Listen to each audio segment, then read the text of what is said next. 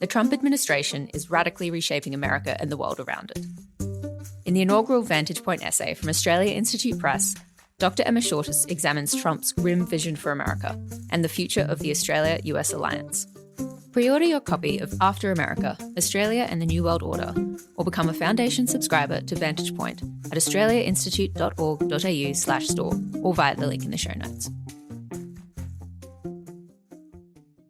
After America is made on the lands of the Kure-Wurrung, Ngunnawal and Ngambri peoples. We acknowledge that they and their ancestors have cared for the lands, rivers and sea, and all living creatures for thousands of generations. We pay our respects to elders past and present and acknowledge that sovereignty was never ceded. We are in a battle for the soul of America. This is a fraud on the American public. Hi, I'm Emma Shortis, and this is After America. How much is the tariff on a $400 million luxury jumbo jet from Qatar? The Trump administration is reportedly in discussions with the Qatari government over the potential gift of a Boeing 747 that could temporarily replace Air Force One. As one CNN report somewhat blandly observed, the gift raises substantial ethical and legal questions. Like, for example, that the acceptance of such a gift is probably, surely, a breach of the Constitution's Foreign Emoluments Clause. This is said to be the most expensive gift ever bestowed on a U.S. leader. Known as a palace in the sky will be available for use by President Trump as the new Air Force One. It certainly raises questions about whether or not it's legal for the Trump administration and ultimately the Trump Presidential Library Foundation to accept such a valuable gift. This is legal, in my view, only with consent of Congress. Add it to the list. As Americans face shortages and rising prices as a direct result of the Trump administration's trade wars, the president is busy redecorating the Oval Office in gold. We're now hearing from experts warning about pandemic-like shortages in stores. A new survey finds a quarter of U.S. consumers are now financing their groceries with buy now, pay later options. So what is the President of the United States doing right now? There's a lot more gold inside the Oval Office. If you look above the mantle, there are several golden figurines lined across it. Now, there was a lot made on another network about you're bringing in the gold accents to Trumpify the Oval Office. It needed a little life. The contrast between a gilded palace and empty shelves in Walmart and Target is gratuitous, but it's also not really new. Vast and growing economic inequality has long been a problem in America. Trump's ability to reflect that reality back to the American people and to tell a compelling story about how it happened goes a long way to explaining his political power. But Trump was never interested in actually solving this problem. He wants to benefit from it. His second administration is overseeing a colossal transfer of wealth and power to the very rich. To look at exactly what the Trump administration is doing to the US economy, the consequences for Americans, and how those opposed to Trump are responding, we're really pleased to welcome a new guest to the show this week. Elizabeth Pancotti is the Managing Director of Policy and Advocacy at the Groundwork Collective, a Washington, D.C. economic policy group that aims to build public power. Before that, she was Director of Special Initiatives at the Roosevelt Institute. Here's Liz now. Liz, thank you so much for joining us on After America. Thanks so much for having me. It's our pleasure. I wanted to start, I guess, with a more general question about what it is like for you at the moment. You're based in DC. What's it like being in Trump's version of Washington? I've been in DC for most of the last decade. So I lived here through the last administration. I moved away for a tiny stint and then came back. I think like the biggest difference, I would say, from early 2017, from kind of this point in Trump's first administration, 100 days in or so, is if we think about the hashtag resistance back then, we had the Women's March. Mm-hmm. There was a similar level of activity in the immigration space. You had the Muslim ban, et cetera. But from a legislative and really from an economic perspective, there was a lot less news. It was much more focused on sort of domestic social cultural issues than it was on economic issues. And at this point in his administration, there are certainly awful things happening in the immigration and the kind of culture space in general, but, attacks on higher education, attacks on the legal profession, other things like that. But the economic conversation is dominating. I wake up every morning and I wonder what trade war we're starting today. We are also having a lot more discussion about tax cuts for corporations and the wealthy, cuts to vital programs. You have the Doge of it all. It is dizzying. I'd say as a vibe, I live pretty close to the Capitol, and we are starting to see Trump administration officials move into our neighborhood. They're at my bagel shop. They're at the bars I frequent. I saw a write-up in the Washington Post this weekend about kind of the MAGA bar, so to speak, near my house. And I think in general, I don't know, I grew up in Texas, so it's not new to me to be around Republicans. But I think that the biggest difference I see is that the sentiment on the economy is turning so rapidly, and he is just losing support, both obviously from Democrats, from independents, and really even from the Republican base. So that's what we're seeing so far. It's a rapidly changing situation with everything, but especially with Doge kind of at this moment, with Elon Musk supposedly kind of on his way out. The immigration stuff seems to only be picking up. Yesterday, we had ICE raids at a number of restaurants and small businesses here in DC and schools.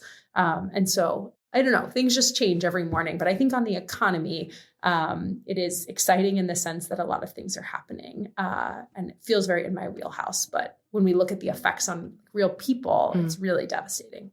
New figures show the economy unexpectedly shrank. The president blaming his predecessor, who was in power for the first 20 days of the quarter, for the decline. The central bank announced it was leaving interest rates unchanged, bluntly warning that uncertainty about the economic outlook has increased further. Business leaders have raised alarms about supplies of everything from groceries to toys. Maybe the children will have $2 instead of $30, and maybe the $2 will cost a couple of bucks more than they would normally.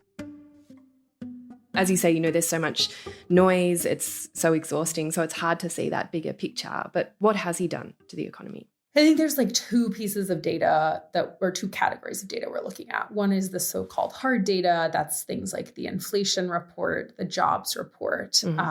GDP came in negative last week after really stable, kind of quicker than average growth. We're seeing prices stay stickily high, and expectations are for them to get worse. The job market is not yet in the toilet, but there are cracks kind of under the edges. And then in the soft data, things are absolutely rock bottom. I mean, you have uncertainty for businesses and consumers at all-time highs. Everyone seems afraid to make a lasting decision right now because the policy landscape seems to change. As quick as the president can type out 150-word post on Truth Social. My mom runs a doctor's office in Texas, for example, and during the OMB freeze, which is one of the first kind of big things for the administration, her doctor's office didn't receive payments for a number of weeks from Medicare. And they were worried, will we get, that is 40% of our revenue, will we get it? There are childcare centers around the country who are still not getting their funds for low-income children that they provide services for. Many are left in limbo, wondering if I go to the doctor, will my Medicare or my Medicaid work? You have all of these large clean energy investment projects wondering if their loans and grants and tax credits will be in place after they make a 5-year capital investment. You have small businesses really wondering, can I even afford to pay the 145% tariff at the port of the things that I put on a ship, 60 days ago from China? And so I think you're really seeing the rippling effects. The big question, I think, for the vast majority of folks is kind of, where does this stabilize? Does it stabilize? Do prices stabilize? Does unemployment stabilize at a permanently higher level? You see so much fluctuation in those data indicators and certainly in the bond and the stock markets. And so I think people are really trying to figure out, can we reach that point of stability, and are things stably worse? Which I guess we'll find out. But alongside that kind of catastrophic economic impact, you also mentioned Elon Musk's DOGE and cuts to the civil service. What has that meant in practice for the functioning of the US government? The big stat that we got this week is that the Internal Revenue Service, the tax collection agency, their workforce is down by 1/3, and almost the entire auditing staff is gutted.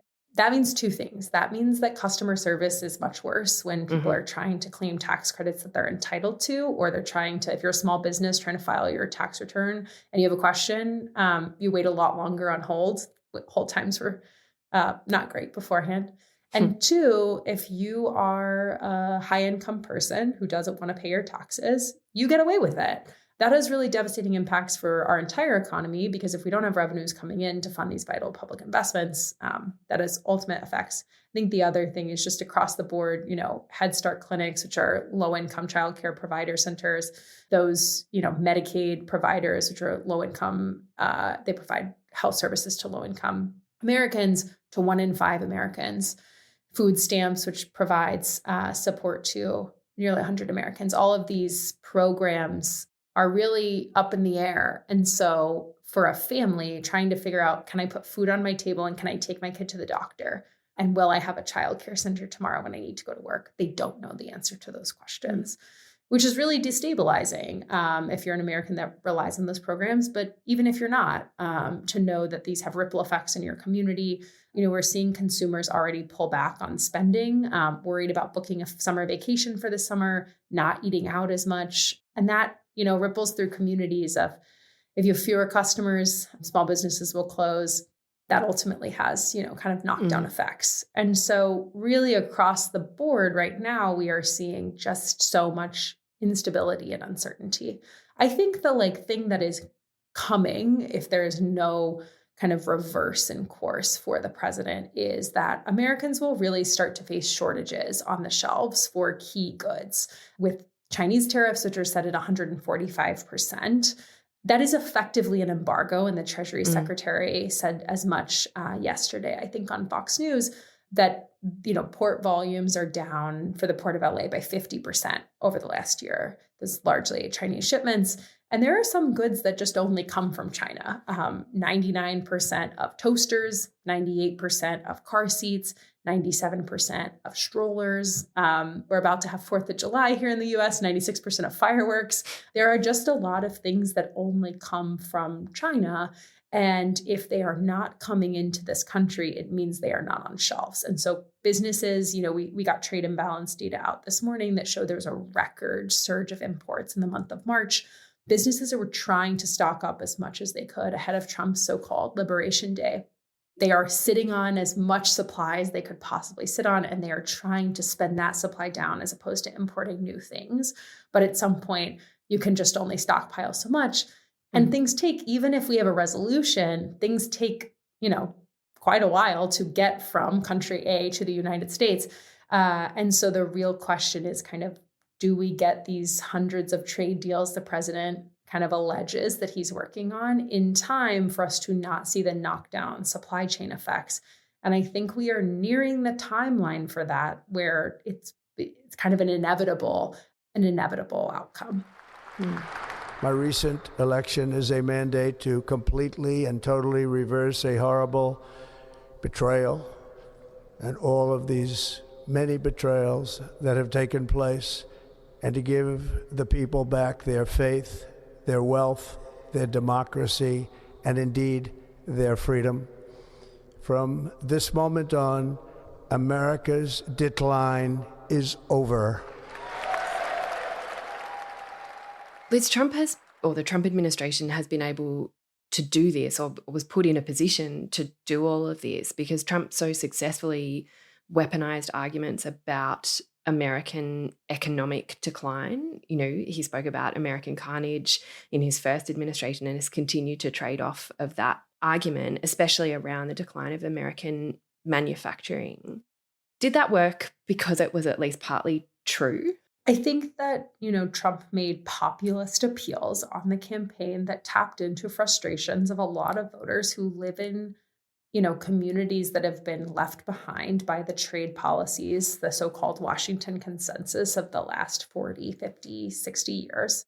I think on both sides of the aisle, there are politicians who have called out the failures of that trade policy, of a massive decline of manufacturing jobs, of communities that relied on those manufacturing jobs for so much of their kind of economic well-being.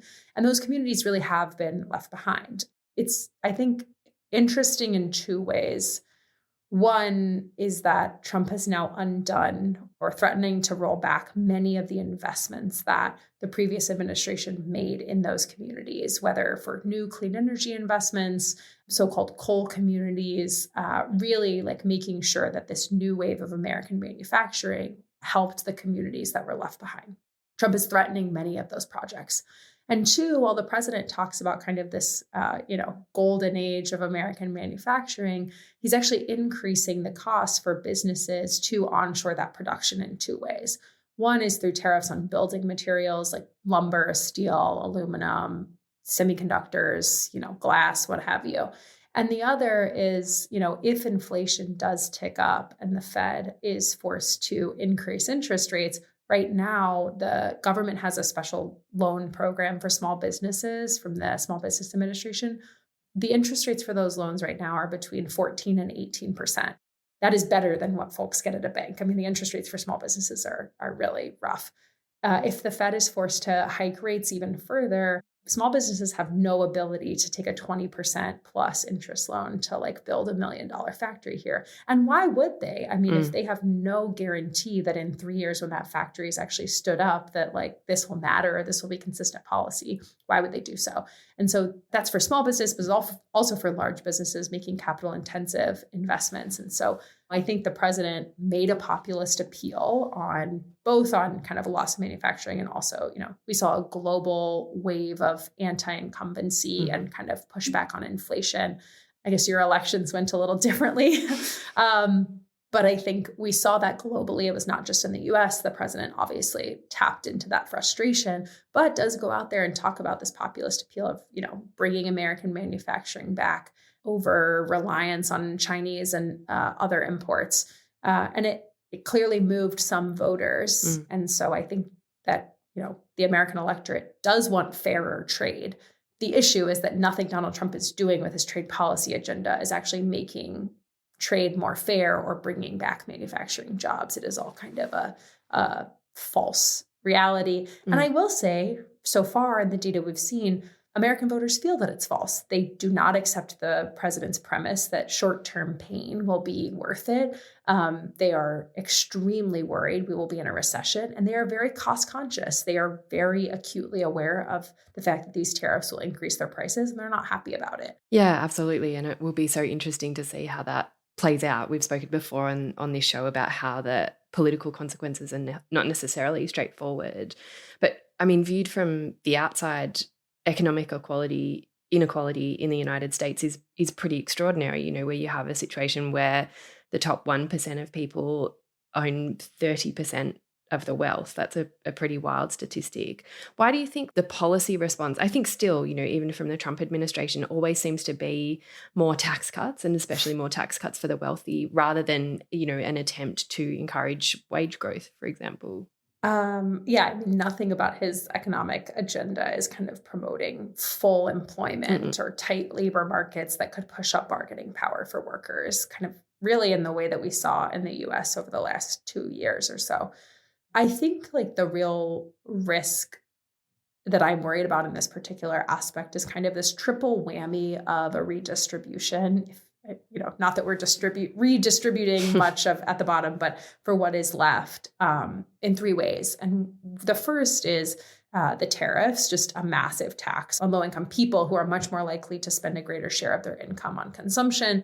Some estimates say that the tariffs will increase the average household cost by about $5,000 a year for a family who makes, the median household income of about $80,000. That is a much greater percent than, say, a household that makes $1 million or $10 million, right? And so that's the first way. The second is through the tax cuts, which are overwhelmingly tilted towards the wealthy and towards corporations. And then the third is these cuts to the vital programs that so many low and middle income Americans rely on: Medicaid, SNAP, which is food stamps. We have a program called LIHEAP, which helps low-income people afford their heating and electricity bills. We have housing vouchers and housing assistance. We have funding for Title I schools, which are low-income students, schools with greater shares of low-income students. He is, really trying to implement draconian cuts to so many of these programs that provide, in many cases, life-saving supports to these families. And so if you take all of those together, we are, lowering the disposable income of low-income Americans, we are taking away the supports that keep them afloat. And all the while we are, redistributing income and wealth to the top by giving them greater tax cuts. It really is this triple whammy approach of even worse inequality in the United States. And I think the last thing I'm concerned about is, right now Republicans in Congress are really facing political issues, getting a piece of legislation that cuts these vital programs and cuts taxes for the wealthy through. They know it's unpopular. They're grappling with that. They have such slim margins. I really do worry about, in the next 3 to 6 months, the US could be in a full-fledged recession, and Trump could come writing in and say, well, this is recession response. We need fiscal stimulus. We need to bail out, corporations and the wealthy, and we need to juice the tax cuts for them so that they'll hire Americans because unemployment is now, 6, 7, 8%. And then poof, your political problem goes away if you're able to get the cuts to those vital programs, which, Americans rely on right now when unemployment is relatively low. They really rely on those programs when millions are out of jobs. That is what keeps me up at night is that potential scenario of using a recession to force this really unpopular and really economically damaging legislation through. Mm. You mentioned the Australian election, Liz, and improving Australia's healthcare system, our Medicare system, was one of the central pillars of the Labor government's successful campaign for re-election. And you've mentioned, the effect that the Trump administration's programs are having on healthcare and childcare, but this complete disconnect between the policy responses and the erosion of those programs. Groundwork, where you are, the platform there is built on the premise that people are the economy, that you can't separate these things. Why do you think it is that debates or conversations about the US economy have become so separate, so focused on kind of more esoteric tax cuts for the wealthy rather than about just basic human needs? The healthcare angle in particular is so interesting to me because we've done a bunch of polling over the last few months. And if you ask people the costs that they are most frustrated with or the thing that they want their policymakers to do, it is almost always in the top 3 is bring down their healthcare costs. Mm-hmm. They want cheaper prescription drugs. They want to be able to go to the doctor. I think about when I buy my health insurance every year, I'm always like, how much will it cost me if I get appendicitis? That is a thing you cannot avoid. It is not like if I go to the doctor and get my regular checkup, maybe they'll find, a big diagnosis early. Appendicitis just happens to you randomly. And I think so often about how much money, will I go into debt if I get appendicitis? People really just want to not be in medical debt. They want to be able to afford their medications. If their kid needs, to go to the doctor, they want to be able to afford it. And so it is, I guess, not surprising to me that was a successful strategy in Australia and could certainly be successful here. And the president is really choosing to not embrace that. He's rolled back policies that were enacted under the Biden administration to lower prescription drug costs for seniors. So all that said, I think the president is not focused on lowering those costs whatsoever. In fact, many of his policies will drive it up. But this kind of broader approach of just the cruelty of truly their goal is to throw millions of people off of their healthcare or other vital programs that support them.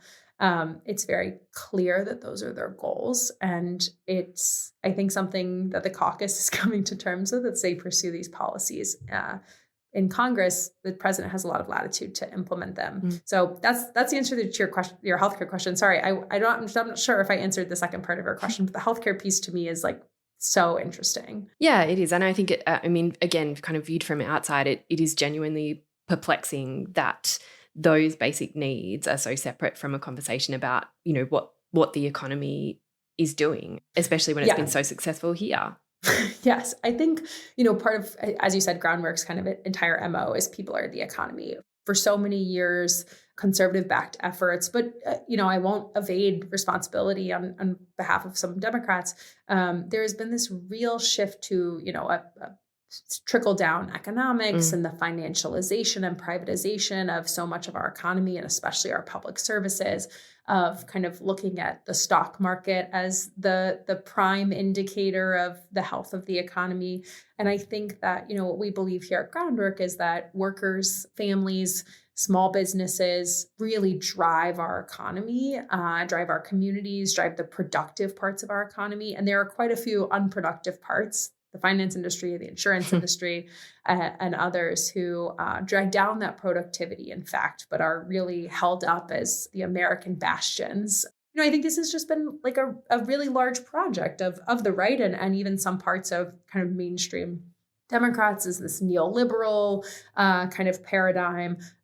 We certainly spend a lot of our time here at Groundwork fighting that. A lot of our work over the past few years has been focused on greedflation and the role of corporate consolidation, and how kind of companies will use every excuse to rip off consumers, even for basic essentials. I'm worried we'll see that in the tariffs over the next few months, of companies kind of using the excuse of we find in our research that almost all Americans, like 80+% of Americans, are aware of the tariffs. This is like the most high salient policy ever. Like, I'm not sure. I worked on a number of, I used to work in Congress, and anything I passed, like at 8%, I'd be lucky if 8% of Americans knew what it was. People are very aware of the tariff things, and companies know this. And so there are actually like these pricing consultants that Fortune 500 companies are now hiring to like help them juice it, get as much juice out of saying, well, tariffs, the tariffs have raised our costs. I'm getting all kinds of emails from companies saying, we're raising our prices because of tariffs. And I'm looking at the price increases of like 15%. I'm saying, well, hang on. The countries that you're saying you source from are facing tariffs of 10%. Why are your tariffs 15%? That doesn't make any sense. And so I think really what we're about to see, and what we're already seeing and what we're about to see more of, is companies doing what they did kind of in the wake of the recession. And Isabella Weaver and others have done really great work on this. But they use this excuse of this kind of broader shock to supply chains, the Russia-Ukraine crisis, whatnot, to take advantage of, well, consumers are sympathetic to this. They know that we're having a hard time. And so they have to, share in that misery. And so we can increase their prices and they'll just swallow them because they know it's not our fault. So I do really worry about that. And obviously, many of those companies were able to juice their profit margins. We had a massive increase in corporate profits over the last year, some 8%. And even that is we keep beating the record high over the past few years. And, that drives up their stock price. And then we say, well, the American economy is so great because the stock market is high. And just this perpetual cycle where, workers' wages have largely stagnated over the last 60, 70 years. Our minimum wage in this country is $7.25 an hour. Median wages have not kept up with productivity increases. I can go on and on and on. But, I think that there is we have a real sense, certainly, that this inequality is a drag on our economy. That in fact, folks like Joseph Stiglitz and others have said inequality creates instability and actually brings down the productivity of our economies. And so if in fact you just lifted the wages, the outcomes, kind of the prosperity of low and middle and, working class families, that in fact you'd have a more productive economy. And we certainly believe that here. And I will say that the policies kind of promoted by this administration are certainly not aligned with that. It does present like a really interesting opportunity for us to tell that story of, this neoliberal consensus has been, well, we just need a businessman to run the country. Like if only we ran the United States government as a business, things would be better. And I do hope that like the one silver lining in all of this is that we handed the keys to a businessman. He handed the keys to, the Cybertruck to Elon Musk. And the two of them together have really run the American government and the American economy into the ground. And so I hope it does kind of inspire people to rethink some of that thinking of, in fact, what we should be running is an economy that works for all, as opposed to an economy that works for a couple of billionaires at its helm. So I hope that is like the silver lining that we get out of all of this. But I do worry that so much damage has been done. We can either have extreme wealth inequality, or we can have a fair economy for all working people, along with the democracy and freedoms that uphold it. Oligarchy or democracy? And I'm here in Pennsylvania to tell any member of the Pennsylvania delegation that if they vote for tax breaks for billionaires and cut Medicaid, nutrition, and education, we are going to throw them out of their jobs. I mean, it's interesting that you frame it as potentially, a silver lining or an opportunity, because we talk about that as well, that the Trump administration is so bad, what it's doing is so egregious that it opens up space that perhaps hasn't existed for a really long time. It's a really rare opportunity to talk about inequality, for example, in a different way, exactly as you said. And I think the response to that has been quite strong, to the point where, the Australian election, even the Canadian election result, are being described often by American media as part of a revitalization of the global left. Do you think that's what's happening in the United States? Is the left being mobilized and revitalized by Trump?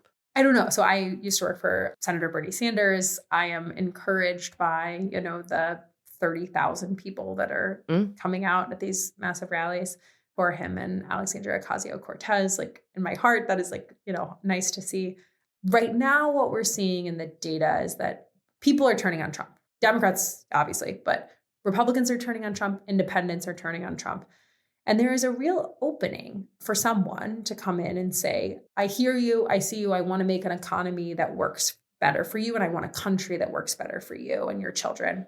And I think that Democrats are finding their footing on how to attack the Trump economy and how to kind of corner him and how to resist. And they're not yet at the point of having an alternative. They're getting there.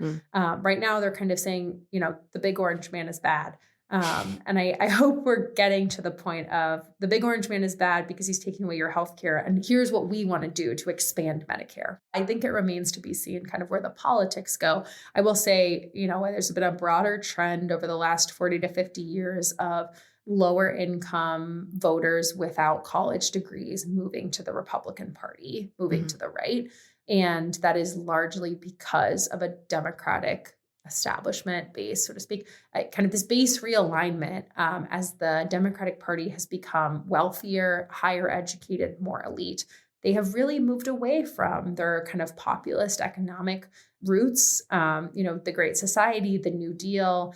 I think, President Biden found a lot of inspiration by those two eras, the New Deal and the Great Society, and obviously didn't make some of those things over the finish line. And I do really hope that the left writ large is looking at this as an opportunity to seize, to really get some of those folks back. But to do so requires embracing progressive populist economic policy. And so I hope they do so. Liz, I wanted to finish by asking you, you've outlined what Trump is doing, what the Trump administration is doing to the economy and how it's affecting people's lives. And it's pretty terrifying, considering the potential already, the very real consequences, and then the potential consequences alongside that. And that, of course, is happening alongside his administration's attacks on the rule of law and American democracy more broadly. If the left does embrace this opportunity that Trump is providing, do you think structural change is still possible in this context, in the context of what the Trump administration is doing? I guess the question is, how do you oppose Trump and build something better out of what he is destroying? I think there's no question that, if Democrats are in a position of taking some branches of the government in 2026 in our midterm elections for Congress, or in 2028 for the White House and also branches of Congress, you're going to have to rebuild. There has been so much destruction that you have no choice but to build something. And I think the real question is, what is it? Is it something that looked like, what we had before, where we still had massive amounts of economic inequality? We had, there are children in this country who go hungry and who do not have access to healthcare. There are real questions about, if my kids will be better off than I was and better off than my parents were. And I think if we can embrace that opportunity, and this is so corny, but build back better. I think we got to find a new slogan, but I think Democrats are going to have to. And the real thing is, I think there's two paths forward. There's kind of a technocratic approach to that, one that, may miss the forest for the trees and may be so focused on building back what we had in the way exactly that we had it, that you can get really bogged down in the details. Or can we use and seize this opportunity as really an opportunity for a new vision for what our economy should look like, who it should work for, and what the role of the public is in that. And so I think there's a way to do it. I think we haven't quite figured out which path we'll choose. But first, I think we have to make sure we've, gotten the opportunity to do it, and that kind of groundwork has to be laid. Liz, thank you so much for your time and generosity. Oh, of course. Thanks so much for having me. And I don't know, hopefully the picture is less bleak over there after last week. Thanks again. Don't forget that you can order your copy of our inaugural Vantage Point essay. The first edition, After America, Australia and the New World Order, is out now. You can purchase the first edition or become a Foundation subscriber to the Vantage Point series via our website australiainstitute.org.au/store or tap the link in the show notes. Before you go, we'd love to get your thoughts on the show.